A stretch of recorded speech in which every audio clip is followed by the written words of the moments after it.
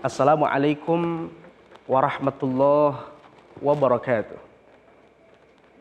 Alhamdulillah, alhamdulillahi bini'matihi tatimmu salihat wa tanzilur rahmati wa nafahat wa tahsulul barakati wal fuyudat min rabbis samawati wal ardiyat.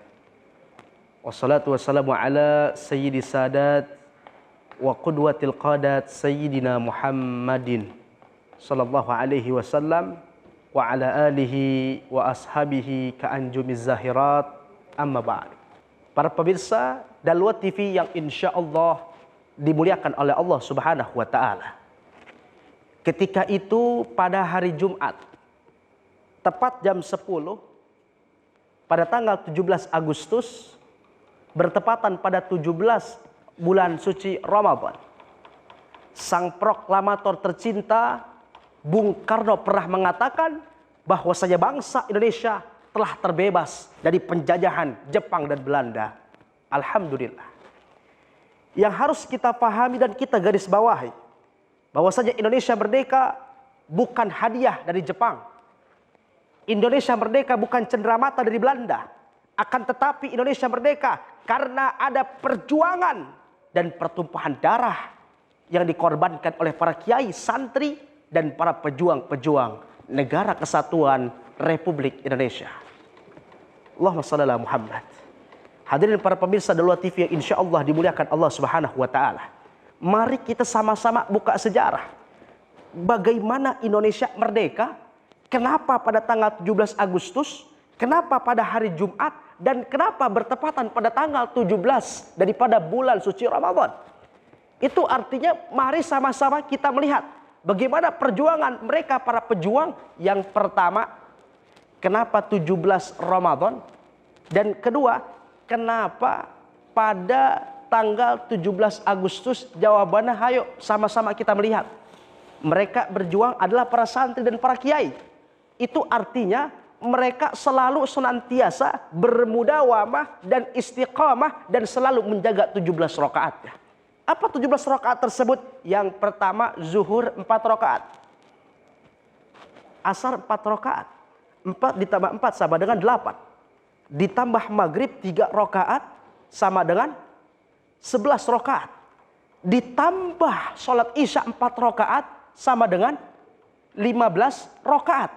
Ditambah subuh 2 rakaat sama dengan 17. Itu artinya mereka para pejuang-pejuang negara Republik Indonesia. Karena mereka selalu menjaga 17 rakaatnya, sholat 5 waktunya tidak mereka tinggalkan. Kenapa bisa seperti itu? Karena mereka senantiasa berpegang teguh dan menjalankan titah dan perintah Allah Subhanahu wa Ta'ala untuk mengerjakan sholat 5 waktu. Subhanallah.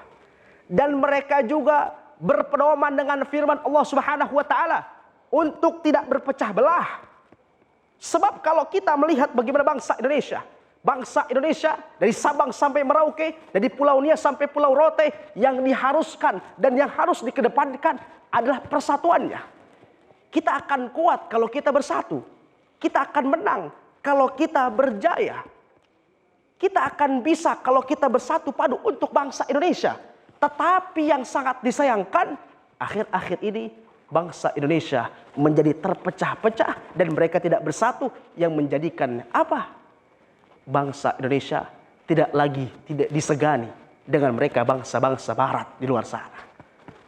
Oleh karena itu para pemirsa Daluat TV insya Allah dimuliakan Allah Subhanahu wa Ta'ala.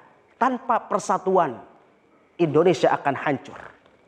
Tanpa kesatuan Indonesia akan luntur. Tanpa persatuan dan kesatuan Indonesia akan musnah. Sebab ingat, dalam Al-Quran Allah Subhanahu wa Ta'ala katakan, wa'tasimu bihablillahi jami'an wa la tafarraqu. Berpegang teguhlah kalian pada tali ajaran agama Allah Subhanahu wa Ta'ala dan janganlah kalian berpecah belah. Indonesia akan dijadikan bulan-bulanan oleh bangsa lain, akan dijadikan seperti buih dalam lautan, terombang-ambing di tepi lautan, tidak ada daya dan tidak ada kekuatan. Itu kondisi Indonesia manakala kita terlambat dalam mengaplikasikan persatuan dan kesatuan di negara tercinta Republik Indonesia. Al-Imam Ibn Katsir menjelaskan bahwasanya yang dimaksud dengan hablillah di sini tali ajaran agama Allah di sini itu adalah Al-Quran.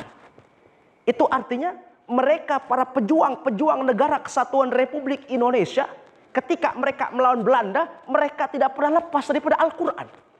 Setelah 17 rakaat mereka lakukan, 17 Agustus mereka berjuang sehingga merdeka, mereka juga tidak lupa 17 Ramadan turunnya Al-Quran. Al-Quran turun, mereka jadikan sebagai pembangkit keimanan. Sehingga apa yang terjadi? Yang terjadi mereka berjuang untuk melawan para penjajah-penjajah, meskipun darah dan nyawa yang jadi taruhan. Tetapi sedangkan iman ada di dada, mereka berjuang lillahi ta'ala, Allahu Akbar. Jika kita melihat sejarah bagaimana bangsa Indonesia merdeka, itu banyak para santri dan para kiai.